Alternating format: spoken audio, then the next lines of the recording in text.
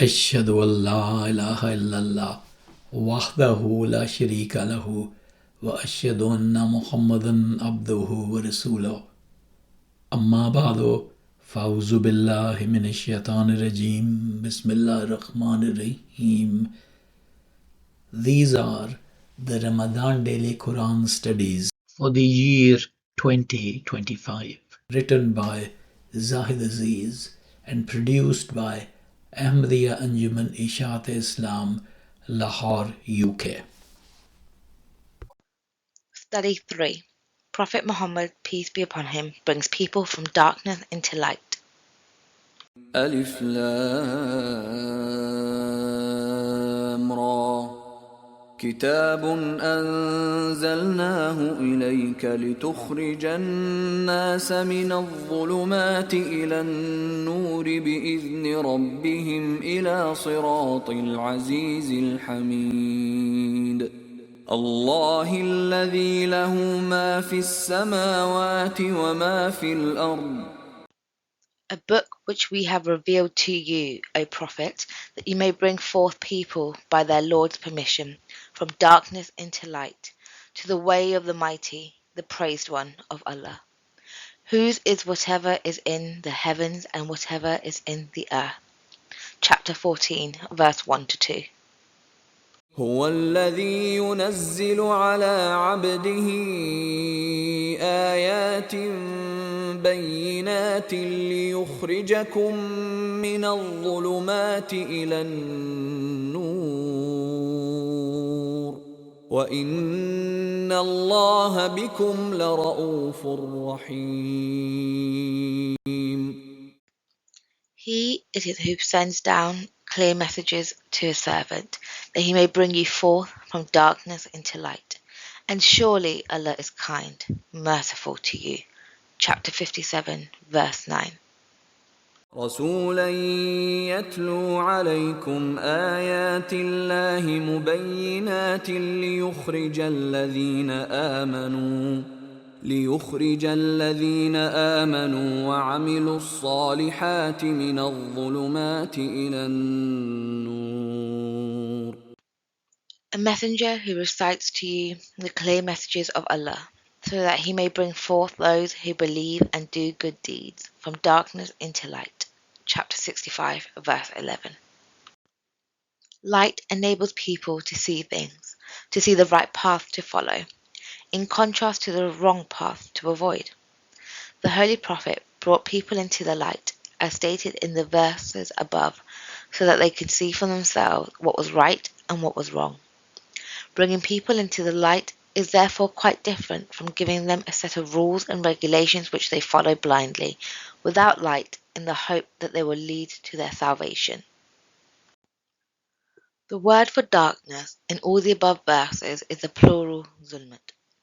The Holy Prophet's countrymen were enveloped in many types of darkness: idol worship, ignorance, cruel customs, superstition, blind following of tradition, blind following of religious leaders, injustice, oppression of the helpless, and more.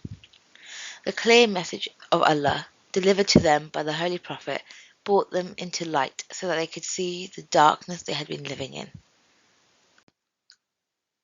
The Quran gives the following example. أَوَمَنْ كَانَ مَيْتًا فَأَحْيَيْنَاهُ وَجَعَلْنَا لَهُ نُورًا يَمْشِي بِهِ فِي النَّاسِ كَمَنْ مَثَلُهُ فِي الظُّلُمَاتِ لَيْسَ بِخَارِجٍ مِنْهَا. Is he who was dead, then we raised him to life, and made for him a light by which he walks among the people, like him whose likeness is that of one in darkness, from which he cannot come forth. Chapter 6, verse 122. The verse is not speaking about a particular person or about someone who was actually dead in body. It is about morally and spiritually dead persons being raised to life by the Holy Prophet and being given guidance to lead their lives.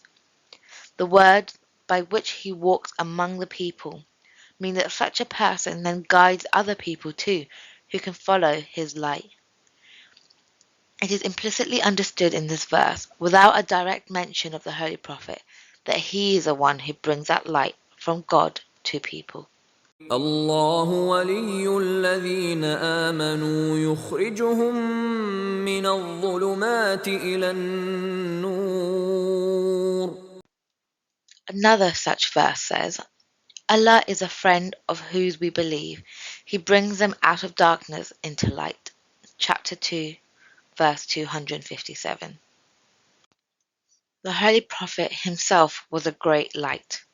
يا أيها النبي إنا أرسلناك شاهدا ومبشرا ونذيرا وداعيا إلى الله بإذنه وسراجا منيرا. O Prophet, surely we have sent you as a witness and a bearer of good news and a warner and as an inviter to Allah by His permission and as a light-giving sun. Chapter 33, verse 45 to 46. The light-giving sun illuminates the whole world. When the sun is out, lesser lights or previous prophets are no longer necessary. Also, the one who could give light to others and raise them from the depth of vice and immorality to the height of purity and perfection could not himself be in the darkness of impurity.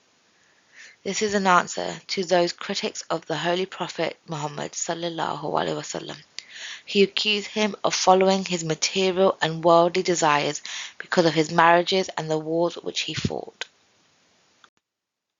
This is why, 2 verses later, the Quran says to the Holy Prophet, "And do not obey the disbelievers and the hypocrites, and disregard their annoying talk, and rely on Allah.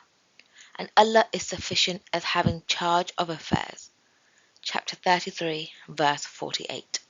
ولا تطع الكافرين والمنافقين ودع أذاهم وتوكل على الله وكفى بالله وكيلا.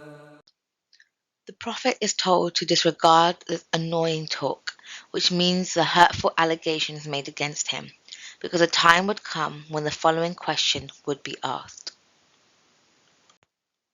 How is it that the Prophet illumined the world and opened the floodgates of light to a darkened world if it was darkness that filled his own mind?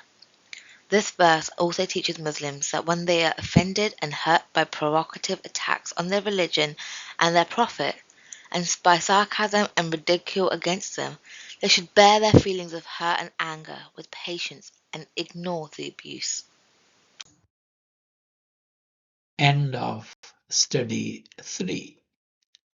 Barakallahu lana wa lakum fil Quran al-Azim wa nafa'ana wa iyyakum bil ayati wa zikril hakim innahu ta'ala jawadun karimun malikun barurur rahim.